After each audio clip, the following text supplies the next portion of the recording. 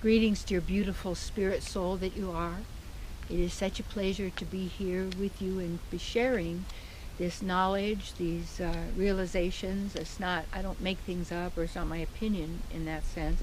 It's either what I've directly experienced, known, that which is also there are direct revelation that we all have, but is always to validate really the absolute.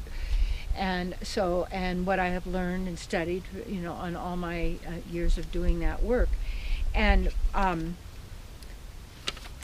key is to accept your wholeness, see. And wealth, my topic is wealth begats wealth. A wealth consciousness brings wealth. But what we tend to think is wealth means material riches. And actually, for me, wealth are spiritual riches. Because also when you have spiritual riches, you always have what you need. Because you're living in harmony with the divine. And the divine is expressing harmony for the good of all, for all. See, people say, well, you can't have that. You have competition. There's only so much. Now, that's a symptom. You have the dis-ease of envy, and that you have the mind virus.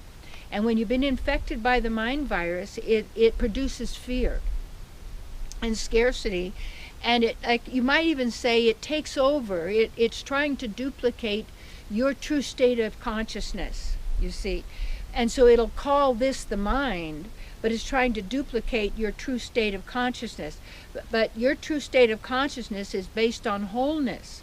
That is a perfection. That is nothing's missing. All is perfect. It's like, it's based on an abundant supply of whatever is desired and needed. What do people want? The love, the happiness, the joy, the wisdom, the divine pleasures of the soul and who they really are, you see.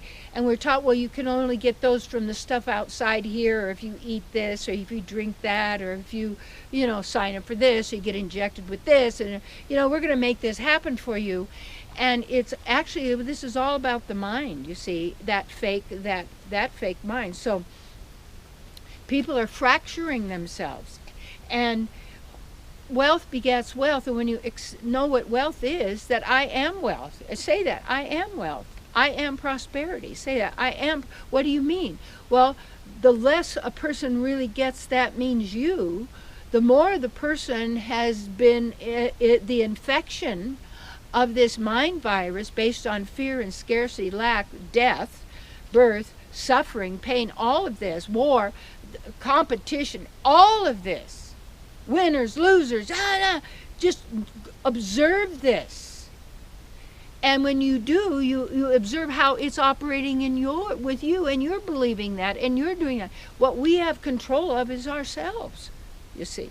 And when we do the work to control ourselves and to invest in our consciousness, in the knowledge and the application and all of to support us in attaining what we desire, all those true desires of the heart, of what you choose to offer and the difference you choose to make, and how you really you are the living example of where you are in consciousness.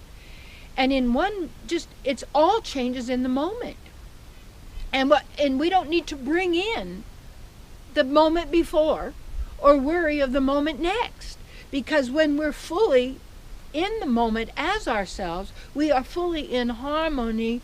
We know all. We are in a sense part of and expressing as it's all operating effortlessly. But you see, people can't make a profit from that. And so you have the prophets out there that are prophesizing that, which makes a profit. It's really interesting, the word bishop, because I also have a degree as a bishop in the Essene Church of Canada, my friend Dr. David Carmos, and the Essene Gospel of Peace, and that Joshua was actually an Essene, according to this, was teaching health and vitality, and also who we are. So as a great teacher. And in a sense, it was teaching also all of us of the wholeness of who we are, and to stop fracturing ourselves and stopping ourselves from being who we are. So when you have the consciousness of who you are, you're in harmony with who you are.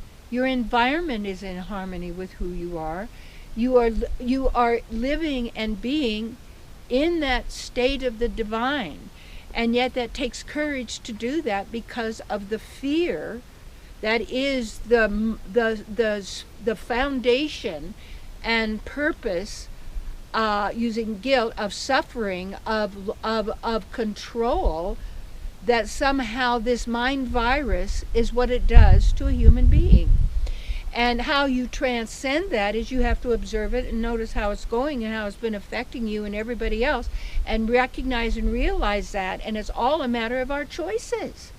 In every single moment, look at the ramification of those choices. Do you want that? Do you really want to fight with the neighbor? Do you really want to get even? Do you want to really show him who's boss? You really want to teach him a lesson? Where's that coming from? You see. And do you really want to get along, or is the game of the war more fun, more exciting? Because, peace would be boring. Well, you don't need peace. Peace is a piece of mind, a piece of that, a piece of that. No, just be who you are, and you're grounded then in the earth. Your heart is centered in the divine of love, and your consciousness is in the bliss of the all-knowing, eternal who you are. Now that's possible. That's who you are. You don't need anything else. It's the realization of that. Prosperity produces prosperity. It's a prosperity state of mind. I am prosperity. That means, what would you do if you had the wealth and felt good and prosperous? You probably do what you want. What is it you want to be doing? Well, I don't know. Maybe I'll just keep sitting here. Well, fine. Do that. But do that from the state of consciousness of the wholeness of who you really are. See, love produces love, not fear or doubt or anger or hatred.